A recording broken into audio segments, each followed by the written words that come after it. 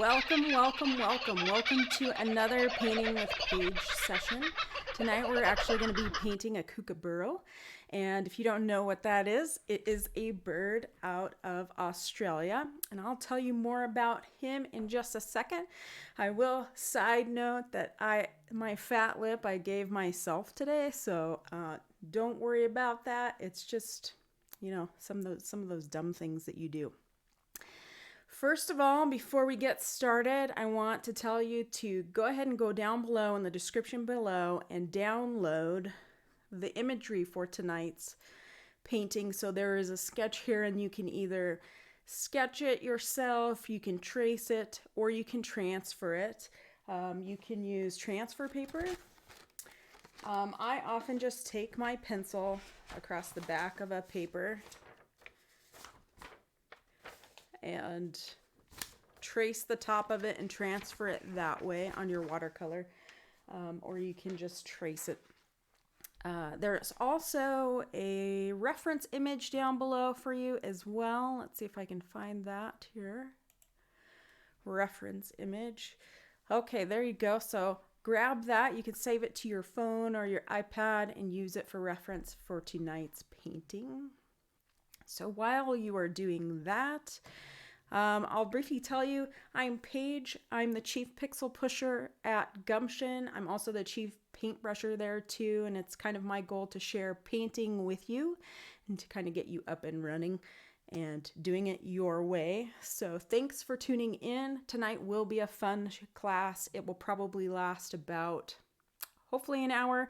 It could go a little over tonight, but get ready to have some fun, and I'd love for you to share your paintings with me if you're so brave to do so. If you're here in chat, go ahead and say hello and let me know that you're here and where you're tuning in from. We'll get to our supply list here. These are the colors and the things that I'm using. Oftentimes my students will ask me what colors I'm using, and tonight we'll be using Cobalt, Teal, Raw Umber, neutral tint, or a brown. So if you have a sepia color or some kind of other brown color, that'll work just fine. We're also using yellow ochre tonight. So those are the things you might need. I'm using a Canson XL pad here, which is perfect for this kind of assignment. So just need some watercolor paper. And if you want to color along, you can do that too. You can just download that sheet and color it if you would like. Feel free to say hello in the comments or leave any questions in the comments as we get going. Periodically, I'll be checking them and seeing if anybody had anything that they needed help with. Okay, so I'm going to show you. This is the painting that we're going to be doing tonight. I've done this a couple different times, and I think I enjoy this one. I have a sound effect for the kookaburra, so I need to take you into our other screen so you can hear that. The kookaburra mainly lives in Australia, but they also can be found in New Zealand and Tasmania, I think, as well. Maybe I had the kooka sound going and I didn't know it. There we go, it's going. So that is the kookaburra bird. It's a very distinct sound that it makes, and pretty fun. Okay, back at it. So we're going to be painting this guy tonight, and I have already transferred my illustration to my paper, and I'm going to get started mixing color for you, so paint along with me.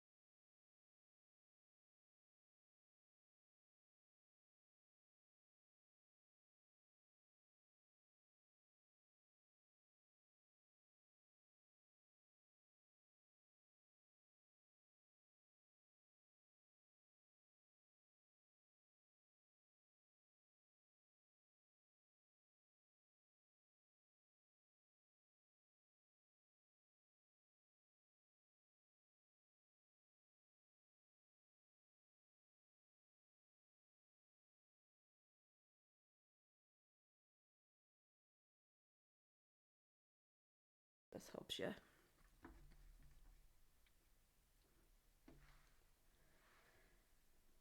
And you can see I'm using this mop brush. It's been used and abused, but I'm going to try to use it tonight. And what we're going to do, what I'm really excited about is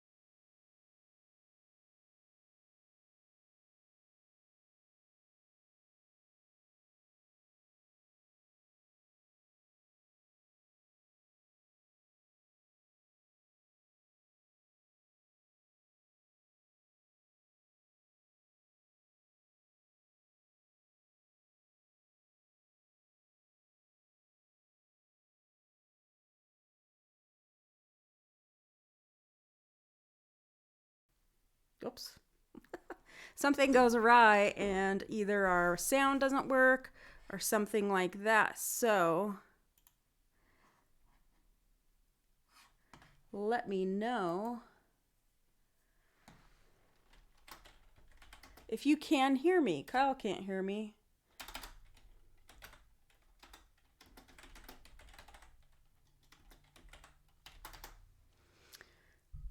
So, yeah, let me know if you can't hear me. I'm just going to keep moving along like you can. I'm hoping my stream shows that you can hear me. So I'm just going to keep going. All right, looks like we're back in action here. So if you didn't hear any of what I was saying, we're just doing a wash with this Cobalt Teal. We're going to let it dry and work in parts of the bird. And actually, while I'm sitting here, I can work on the eye and let this kind of dry. So I use my iPad, handy dandy iPad with my image, so I can zoom in and out. And I'm going to mix up some neutral tint so I can have some brown here. Oops, that's purple. That's not neutral tint. Okay. And we'll do this other camera.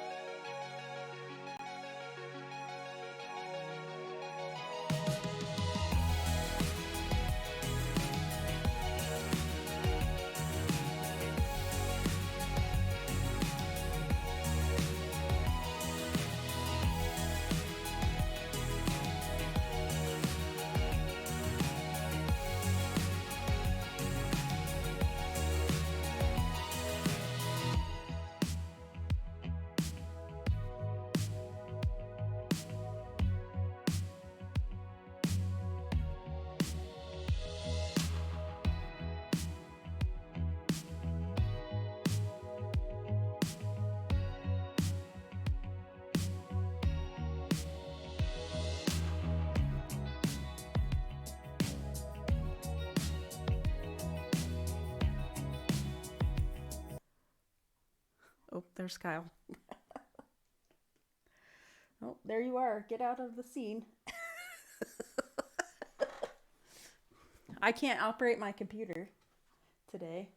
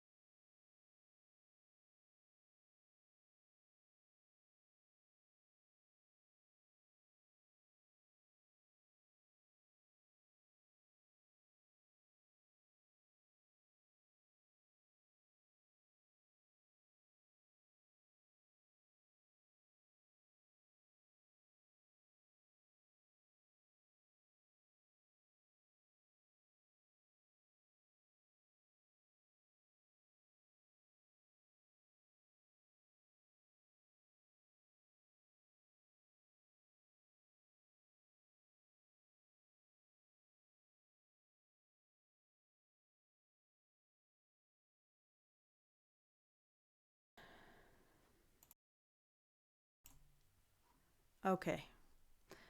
I think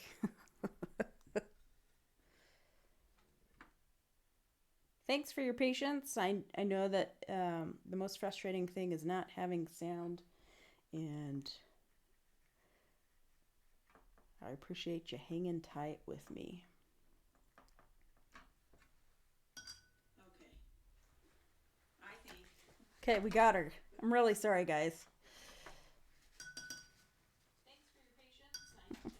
So I'm going to take some of this moon glow here because there's some shadowing here on the bird in our imagery. And it kind of goes all along down here. So I'm just going to take this paint and move it down the body. And we can kind of leave some texture here if we want, but I'm going to try to kind of move that bead down, especially with this moon glow color. It granulates and separates on the page, and it's beautiful. I love it, but if you don't keep it moving, you get marks in your paint. So if you hear me talking about moving the bead, that's why we do that. So it doesn't leave marks. So I've kind of mixed the brown with the moon glow a little bit here. I'm gonna let that kind of pool there. get this little spot. Maybe, I'm gonna leave that actually.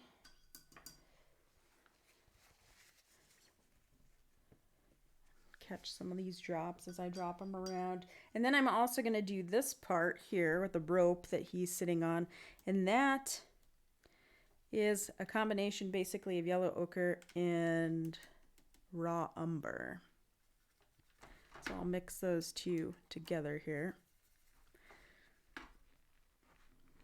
And yellow ochre is often, well, at least my yellow ochre is opaque. It has some chalkiness to it a little bit and is less transparent. And I'm just going to work it along this guy, this rope. Kind of worked in there with my Cobalt. Probably be good. You could use a bigger brush than the one that I'm using if you like. Always helps to move paint along a little bit when you have a little bit bigger space.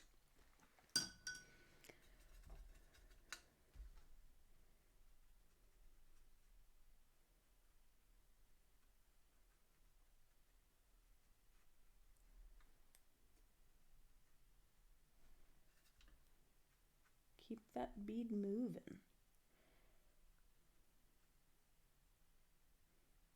Got a little out of control here down below, but we're going to work with that. Now I'm going to do the other side and just move that bead along.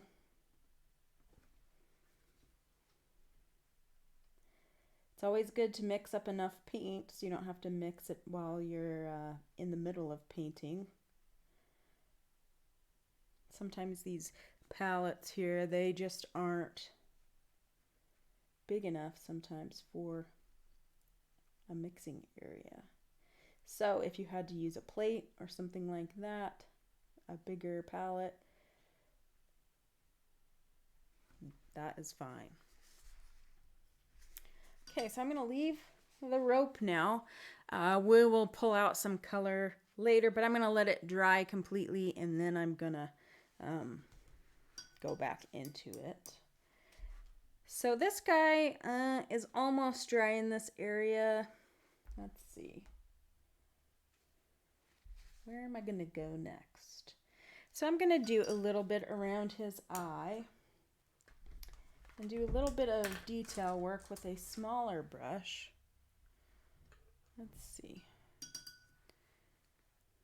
So this is a good sized brush to go in and do some detail.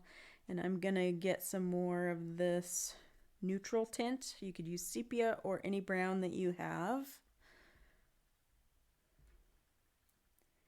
And there are some darker areas.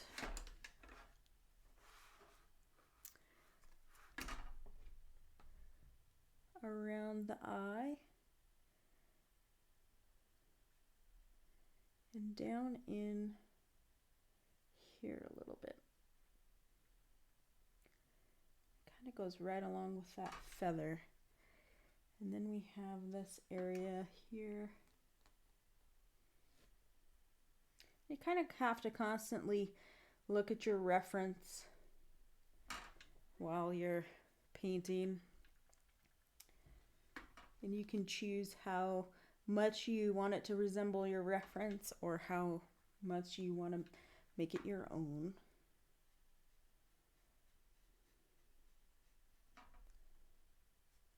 So he's got some, with these skinny brushes that have longer bristles. These are great for the little detail work. And his little, there's a little line here.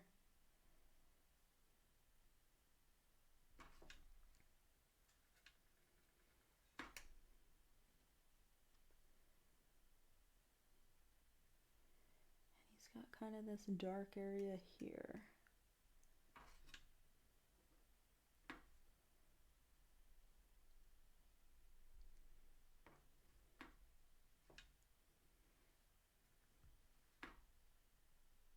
Whoops. Now if you get too much paint, like I've got a blob of paint here, you can kind of lift it with your brush a little. I need to zoom in here.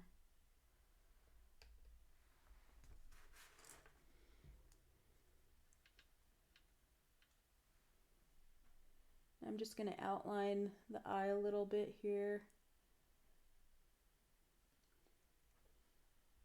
And I'm going to give him a little pupil. You can't quite see it unless you change the picture a little bit there. So we're just going to put that in there. I'm going to mix a little of this moon glow. It's pretty diluted. Just kind of go along this shadow of the beak here.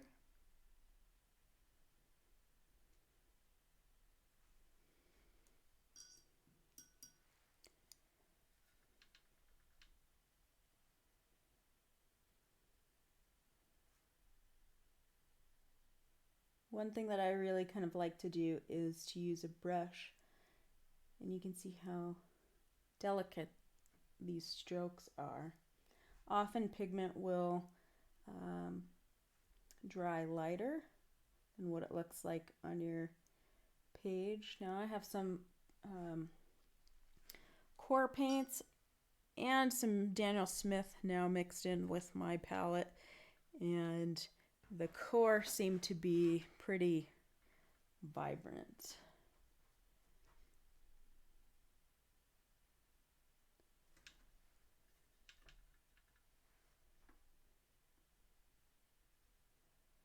You'll have to let me know how you like this palette cam if you find that that is helpful to you. Shadow could be darker there.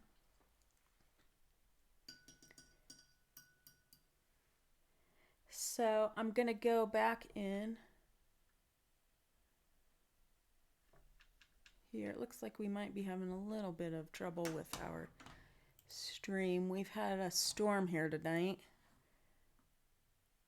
so you'll have to let me know if you're experiencing trouble on your end receiving the feed.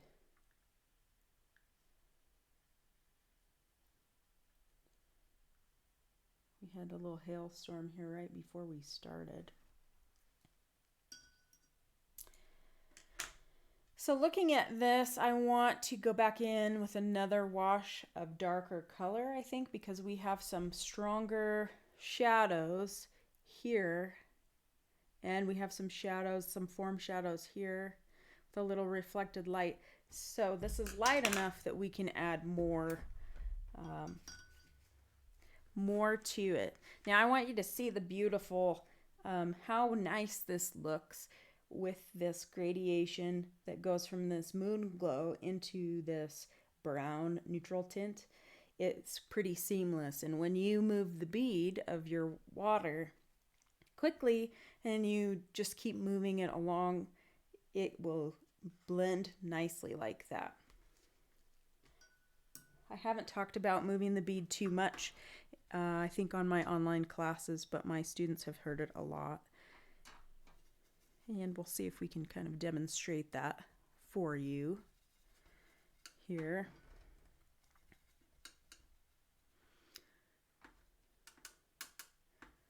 This is going to be probably pretty dark looking.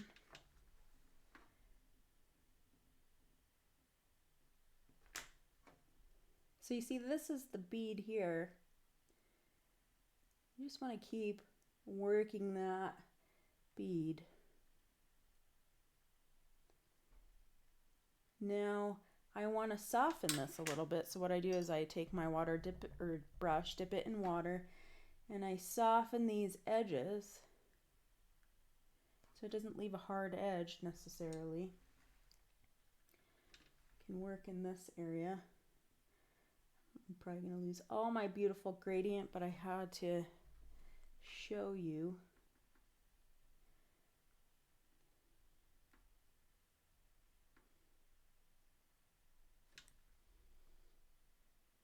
I'm going to soften this edge a little.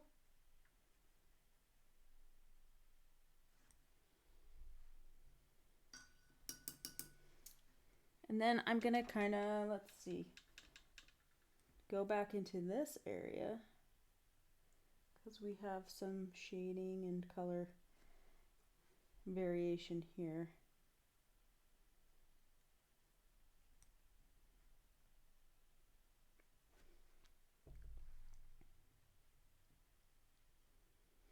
You can diffuse that right out. And then some of this raw umber, yellow ochre color, I'm going to add some more raw umber into that. Maybe add a little of my neutral tint. Looks like it's blending a little bit with my moon glow. It's always nice to have a piece of paper nearby that you can test color on. So you can look at that and see, okay, that's nice. I recommend that, especially if you're just starting out. But the point is, you want to have a good time with this. It's supposed to be fun. I concentrate on technical stuff to get you started. And then you go from there. So I'm just putting in these other details and shadows. He has some kind of bluish looking shadows up here a little bit above his eye. If you get it too dark and you don't like it that dark, you can blot your brush off. Kind of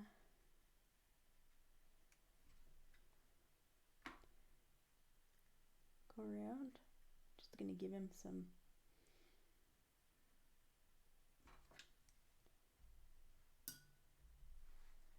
texture there. And we will continue to work in this area, but since I'm up above here, I may want to soften this a little. Maybe put a warmer pigment in there, see how that looks.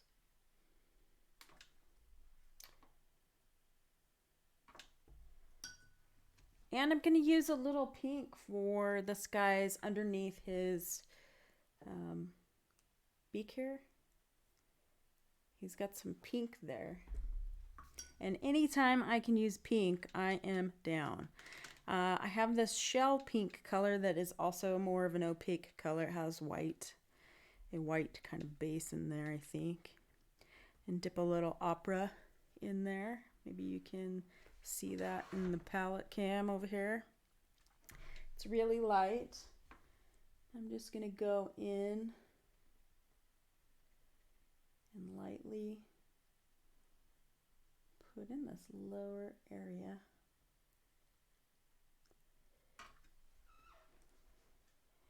And this shell pink is I believe it's a Holbein color, so it will should dry a little bit lighter.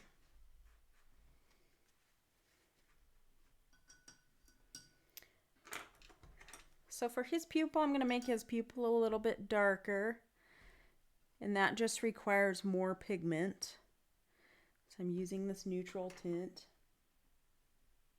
Going back in.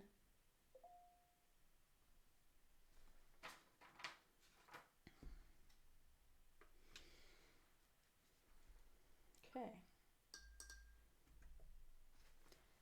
So I'm going to do another wash with this dark brown through this area, because you can see here in our picture there's light hitting here.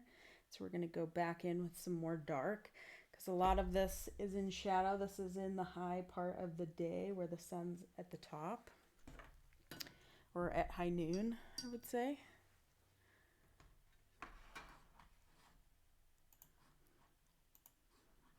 Okay. So more neutral tint. I'm gonna get some different water here, put some more water in here. I don't have my pipette that I like to use. It's handy to get water in. There. They're really cheap. You can buy them at the hobby store. People use them for models, so if you can't find them in the watercolor section, you can always find them in the model painting section in your hobby store. Excuse me, hobby store. Okay. So today I'm going to be using these two brushes. I'm going to do, let's see, let's zoom out a little. Two brush handoff here because I have these little teeny feathers that are blue. And I'm going to go along this area, moving the bead.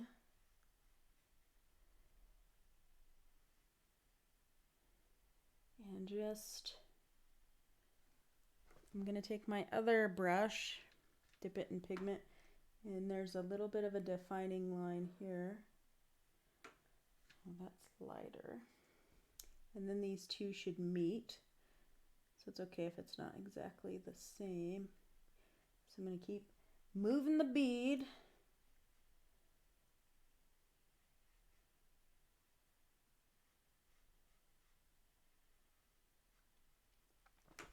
And then I'm going to take my little brush and kind of go in between these spaces where it's really hard to get the bigger brush. And that ought to also kind of clean up some of the modeling that was happening, where you see some kind of darker lines around those areas. That ought to kind of fix that, clean it up a little bit. Whoops, well, it's okay. So then we're going to go down here and kind of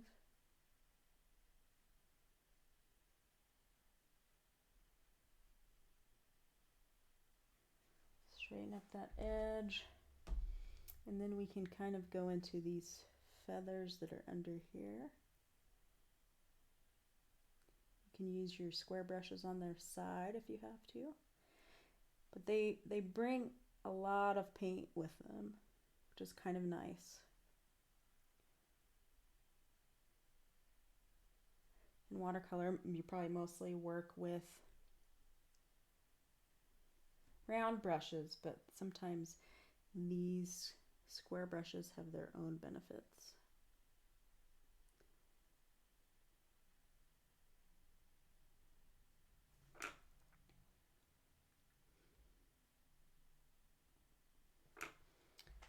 Okay.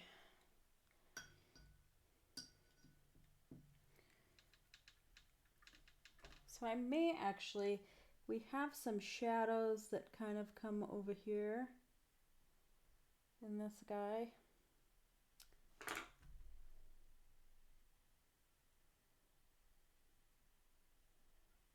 Kind of bring it up to that edge there.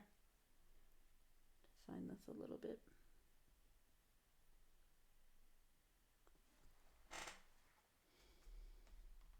You kind of see these things as you are looking at your reference.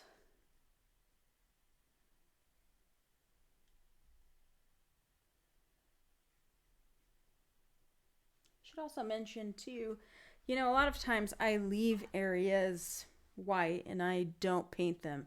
I don't love using masking fluid, so for a lot of years I've really tried not to. But you can also use white paint, and tonight I'm going to be using a little bit of white paint, and I'll show you how I do that, but I don't do that until the end. So there are some details here at the end of these wings that are white tipped, and I will be using it at those times. And I see I have this whole side here that I can paint in.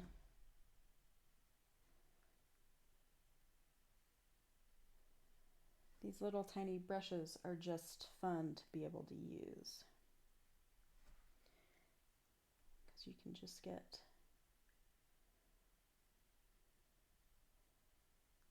some details that are kind of fun. And I see there's a shadow here, so I'm gonna go ahead and bring some of that neutral tint over. You'll You'll always see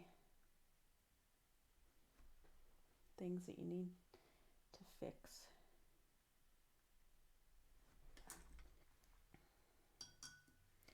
And just like his little foot here, it kind of got left out. And it really is more of a cool color because it's in shadow and we have warm light. So I'm gonna just go in with some moon glow. This kind of dark purpley color. If you had a Payne's gray, you could use it as well.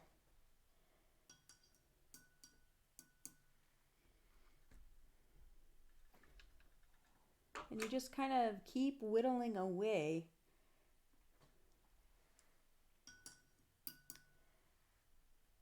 And just have fun. Like I see, sometimes when I look at pictures, I see different colors. So it looks like there's a little of that cobalt teal. I like to put that in there.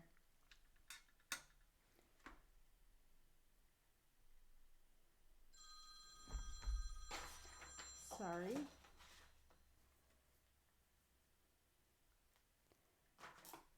Let's see.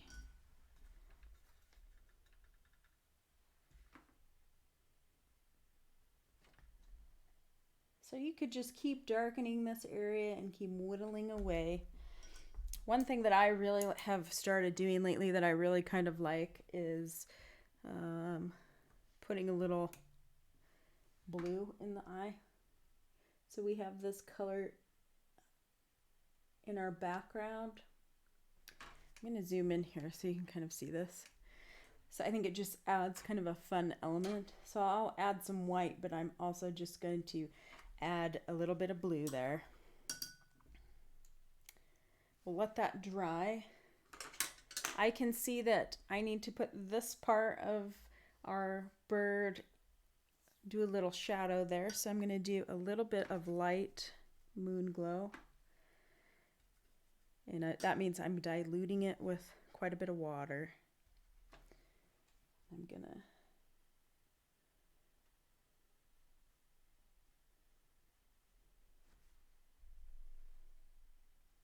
and I've tapped my brush on my paper towel to kind of pick up some of that pigment so I can just gently draw down some color down that tail.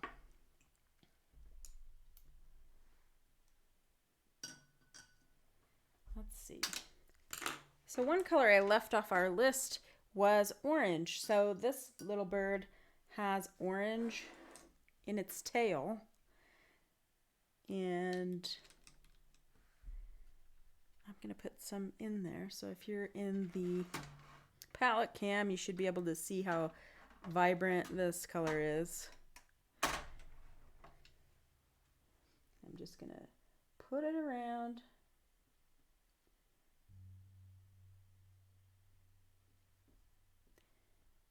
On the tail.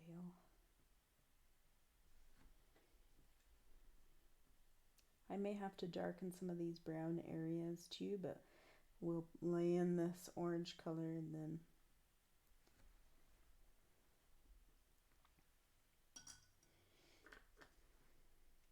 and I feel like this orange, or not this orange, this brown needs to be a hair darker because it's really in shadow. So sometimes you'll have to layer your colors, and that's okay. I often like to layer things on top of one another and create that kind of effect, and you can do that in watercolor.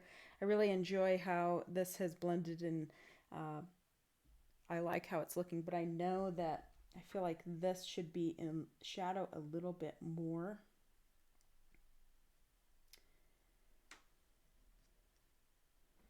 And that just helps him have a little bit more dimension instead of looking so flat. So I know I can also do that here. And maybe define some of these feathers a little bit. Because really you can draw with your paintbrush. You can do that. And if you layer or glaze with watercolor,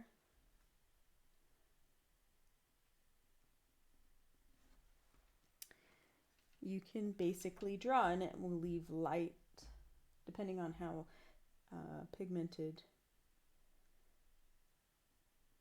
your paint is. It can be real light.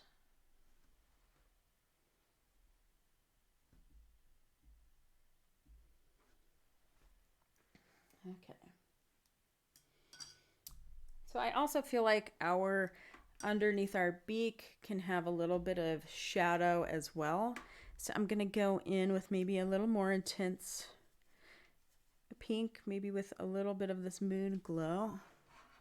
And we'll get back to our palette cam so you can kind of see what this color is looking like. I'm going to add a little bit more water and maybe test it to see how dark that is. So I'm just going to tap my brush a little bit to get some of the wet out.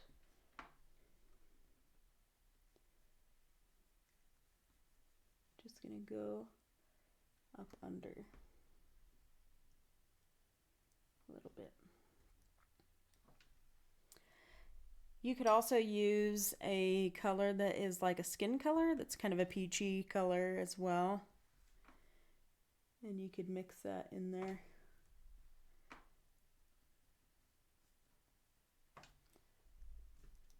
And I'm going to kind of make, I think, the top of his beak maybe warmer. A little umbery.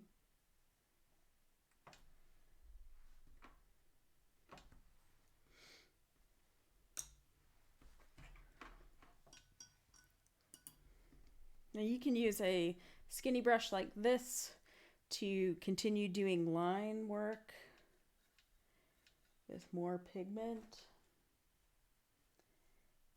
And that just means you can keep drawing in areas.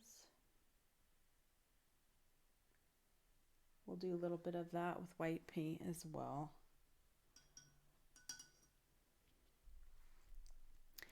So I think I'm going to add some of our cobalt to the feathers. We're going to put in some light in the rope. I'm going to show you how to do that too. I'm getting quite a bit of cobalt teal pigment here with my skinny brush, and I'm just going to go in and paint these feathers. Hopefully you got to hear the Kookaburra call earlier. They're so noisy. I don't know how you would ever sleep with them around, but they're pretty neat. I've seen a lot of footage of them on balconies singing their song. It's definitely a distinct call. Okay.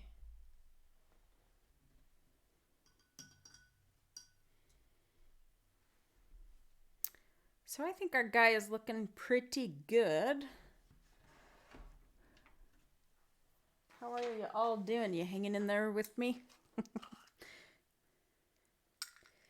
So this is my paint here, and as you can see, it looks like it may have dried. No, that's the problem with this paint. I never actually have gotten through an entire one of these because they always dry. So this is what I'm using here. We'll see if I can get to some white down below in there. If you have gouache paint, you can also use gouache paint, and it works really well. I don't have any at my desk here, but I might be able to get some white. Yes, get some white out of here. So just be forewarned when you get any kind of white watercolor paint that's opaque. I don't know what it is about it. I'm pretty good about making sure everything's buttoned up, but it always seems to dry. So we're going to put in a little white in the iris to make this guy's eye come alive. You could add white to the tips here. You can also use a gel pen for this. I have had mixed luck with gel pens. Sometimes they work, sometimes they don't. So I kind of prefer to use a paint or to leave out areas so they can remain white. But you can go around and kind of add those little details. I always feel like the highlights are the icing on the cake. And like in this guy's, on his beak, he has this little white area underneath the shaded area.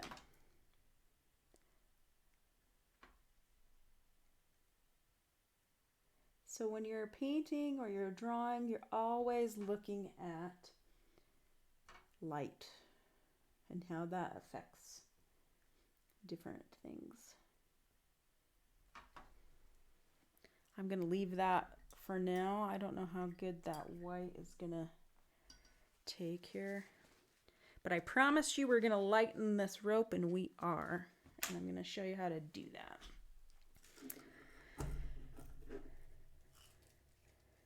And I'll show you the trick that I do as well. I write the date that I buy this white paint so I know how old it is. So I've not had this too long and it has kind of dried up on me. So it's always wise to do that, because if it's a couple years, you probably are good to buy a new bottle of it. So I'm taking this, let's see, this is, I don't know, this is probably a 6 or a 5 brush. And I'm taking clean water, tapping it on the jar to tap off the excess. And then I'm going to scrub this area here. And then I'm going to get a clean paper towel and dab that and lift that paint. I'm going to do it on the other side now too. Just scrub a little. If you have good paper, your paper won't come up when you do this. So if you're finding that your paper's balling a little bit, you might need a little bit better paper. And 100% cotton paper is a good paper to use. If you can't get that, you can always order it from Dick Blick, or sometimes on Amazon you can get that. Our local art store here, I don't know that they carry any paper that is 100% cotton. But I personally like Fabriano paper. And I don't get paid from any of these places, but Fabriano is my favorite paper.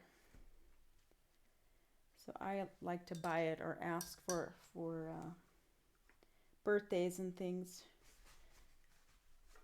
to use. So you see how that kind of gives it dimension a little bit here. It's easy to scrub off. Now, not all paints are created equal. So some will lift easier than others. So we could go in and even do another layer here underneath to create even more depth. And I've just used a little brown here.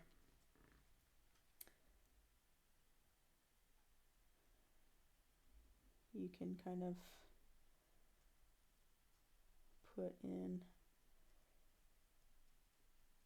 these braided areas of the rope if you want.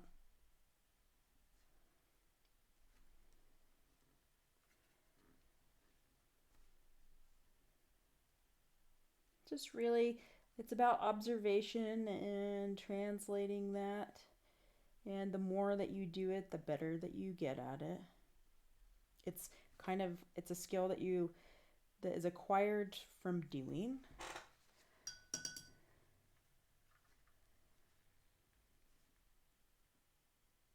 This side's pretty light, but I'll just put little in there and see how it kind of keeps giving it some more depth. And we could keep working this. You could keep working this from your picture and keep refining it. Maybe you'd warm up some of these colors a little bit more, or you prefer a different kind of brown color. You can do it to your heart's content.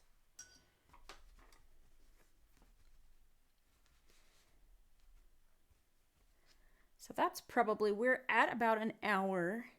I will be taking some questions from you. If you have any questions or concerns that you've run into with your watercolor painting for the next few minutes. There are a couple things that I wanted to let you know about next. So let's do this. So one thing that I want to let you know is that I usually do a tutorial a week, and my live streams have the most kind of participation, but I want you to know that I do have some great tutorials that happen during the week that are maybe 15 minutes max that you could also follow along with. You can download those sheets with those videos. They're right below them in the description. And this is the one that I did this week. I actually did it a couple different times. And this is a really fun one to do wet in wet technique. So if you want more of your watercolor fix, go ahead and check that out on my channel. I think it's an 8-minute video maybe, and this one is a lot of fun because we're doing a lot of wet and wet. So if you like that technique, or you want something that's really loose and easy to do and fun that makes it your own, check that out. Also, what else? I would like to take a moment to thank my very first Patreon subscriber. My Patreon is, I've just started it, and I have extra stuff that will be in that feed. I also have artwork that are desktop calendars for you, or phone calendars. We'll have a personal live stream that goes through there, and early release prints and things are happening in my Patreon. But I wanted to take a minute to thank my very first Patreon subscriber. Yes, it takes me a minute. I have to make sure I have sound, right? Colin Jackson. So I want to just take a moment to thank Colin Jackson for being my one and only Patreon patron. I appreciate your support. It helps me do this, and I really love doing this and bringing art to people. So thank you very much. Didn't want to leave you out. And I don't want to mute myself again. So there we go. So if you have any questions, go ahead and put them in the screen now. I don't see any out there, but I'll wait for a couple minutes here and see if any roll in. And while we do that, I can probably just continue to paint, right? I could paint forever. The thing that I love about painting is that I find it kind of relaxing, especially when you're doing things like those koi fish where you can just kind of relax and let the paint do what it does and just enjoy the process. And since I can, and I have a few minutes, I'm going to keep working on this eye to kind of give it a little more depth. So I'm going to warm it up a little. I think I might actually take some of this orange color. I'm going to get my other camera going here. So it's kind of orange, and I'm going to warm this guy up. I probably should have done this before I put the other stuff in there, but that's okay. Just give them a little bit more flavor.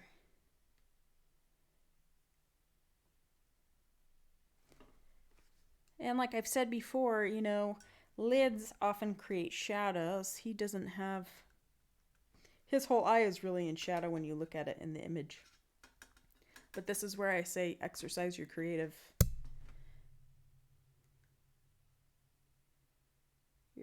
license.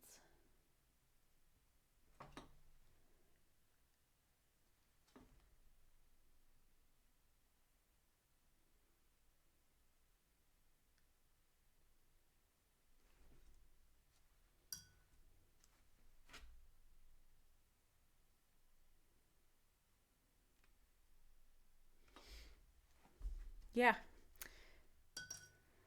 There we go. So you could keep working on this until you were happy with what you had. But hopefully this got you started. And if you liked this whole session tonight, give me a thumbs up. Let me know what you liked about it. I appreciate you tuning in and spending a little bit of time with me on Thursday evening. So thanks for tuning in. I don't see any questions here, so I'm going to sign off. And until next time, keep doing creative stuff, keep painting, keep thriving, and I will see you next time.